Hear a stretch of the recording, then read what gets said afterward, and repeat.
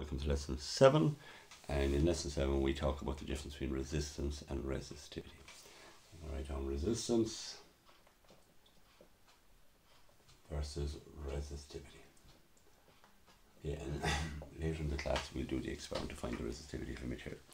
Okay, so why bother? What's the difference? Okay, well, we've already looked at this in our definition of conductor, insulator and semiconductor. We didn't talk about a resistance, we talked about a resistivity. It's the same problem as we had with masses.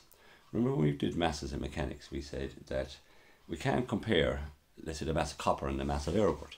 You're kind of saying kind of a vague way, well, copper is heavier than air board, has a greater mass. But that depends on the amount of each. Okay, if you have a tiny amount of copper and a planet size of the air board, they wouldn't be the same. Okay, so what we have to do is we have to compare like with like, and we compare equal volumes, and that's what density is. Remember, it's the density is the mass of 1 meter cubed. Okay, so it's the mass of 1 meter cubed, okay, of the material, right? The same will apply with resistance. Okay, so we know resistance is V over I, and we know it's measured in ohms. Okay, we will come back to this tomorrow, Ohm's law tomorrow, in an actual class situation. Okay, but we're kind of happy enough with that. Okay, we've done a few experiments on it. Okay, resistivity. Okay, so let's look at it. The resistance is the resistivity. So what we say is the resistivity is the resistance of a 1 meter length, unit length, with an area of 1 square meter. So you basically have a wire that has this huge area of 1 square meter and it's 1 meter long. Now this is not the scale, because if it was the scale, and if we make the wire into a box shape rather than a circular shape, okay, I've drawn that badly even. Let's try to draw it somewhat to scale. Okay, we have a length of 1 meter. And we have an area of 1 meter squared. So basically you're talking about a 1 meter cubed again. It's exactly the same as the definition of density. So now let's look at let's figure out what the formula is. And the formula is in the math table, let's figure it through. So the resistance is the resistivity. That only applies if we have 1 meter length. If we have a 4 meter length, the resistance will be 4 times the resistivity. If we have a 20 meter length, it'll be 20 times, and so on. If it has a L times the length, it'll have L times the resistivity. So the formula becomes that. So that formula always works as long as you have an area of 1 square meter. But what if you have an area of 4 square meters?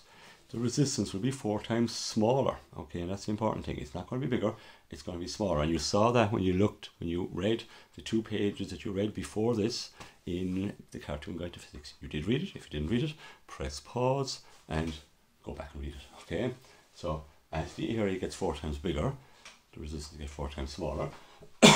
So you'll be dividing by 4, or dividing by 10 if it's 10 times bigger, or dividing by 8 if it was 8 times bigger, or 8 times smaller. And you have your formula. So that's your formula, and we can rearrange this now, get resistivity and so on. So I'm not going to go into the detail, but I think you can all do that. So we get resistivity is RA over L.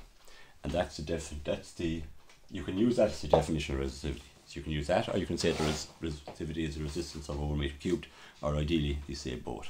Now, if you're explaining, if you're defining something using a formula, you have to say what everything stands for. So be careful with that.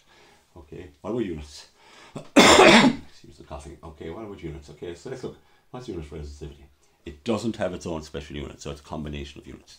So the resistance is ohms, that's fine. The area is meters squared, that's fine, and the length is meters.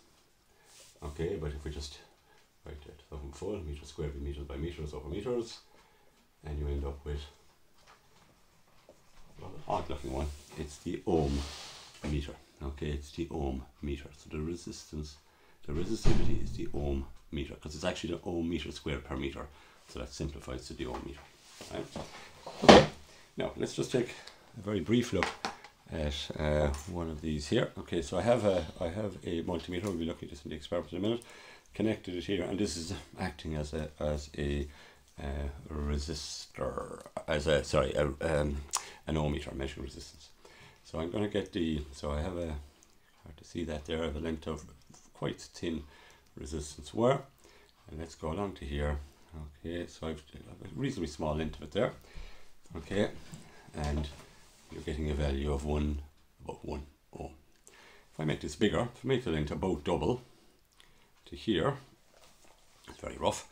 Okay, about double. Okay, well, it's gone to 1.6. If I make it bigger, now we can do this properly, and you will get a very nice graph. We're not doing it properly here, we're just getting the general idea, so I'll make it quite a bit bigger. Okay, so make basically the length of this, pretty much the length of the wire. There you go. Okay, kind of hard to see it. Okay, you can see it there. Okay, and I'm getting a resistance of 3.4 ohms. So as the length gets bigger, the resistance gets bigger. Makes sense. Okay, it takes more. It has more atoms that are vibrating to get through. Okay, so the atoms are vibrating in the metal. Okay, the electrons are trying to get through, and the more of the metal you have to go through, the greater the resistance. That makes sense. Now it's the gaps we're interested in, because remember then. Okay, so this was about that length, about 3.4 ohms. Now let's take another resistance wire. Okay, now this is also nichrome, so trust me on that. Okay, so it's also nichrome. Okay, so this is the original, this is one. So obviously a much greater cross-sectional area. So this is quite a thick wire. Okay, so for the same length, so roughly the same length, so each side of it, what would you expect the resistance to be? You'd expect the resistance to be much smaller, because there are more gaps between the atoms if the area is bigger. Now we'll be coming back to this a lot of times, okay, but this is the one that catches people out, because they look at it and they say, well, there's more resistance in between, but it's the gaps we're interested in, not the resistance. There are more gaps, and we'll come back to that. So we would expect this resistance to be considerably smaller. Okay, so let's have a look, hopefully. Okay, and there you go. It's a lots, well, it seems to be unbelievably smaller. Okay, maybe loose connection. Yeah, this is more like it. Okay, yeah, okay, yeah, so 0.4, 0.5. Okay, up and up. That's it. I was reading that backwards, so I was reading 0.5 as 0.2 because I'm looking at something that's a mirror image. So that makes sense, 0.4, 0.5, you know. So that's the difference, right? So we'll come back to that in a minute when we're talking about proportionalities and so on, but that's the bottom line. So that's resistivity. Okay, that's resistivity. It's a property of material. Okay, it doesn't depend on the dimensions of the material, resistivity. So what we'll be doing now is we'll be doing you'll be doing the experiment. We'll do calculations first, so you'll practice a few calculations. We'll do the experiment. When you're writing up the experiment, you will be doing a few calculations, and we'll take it from there. Okay, thanks a bit.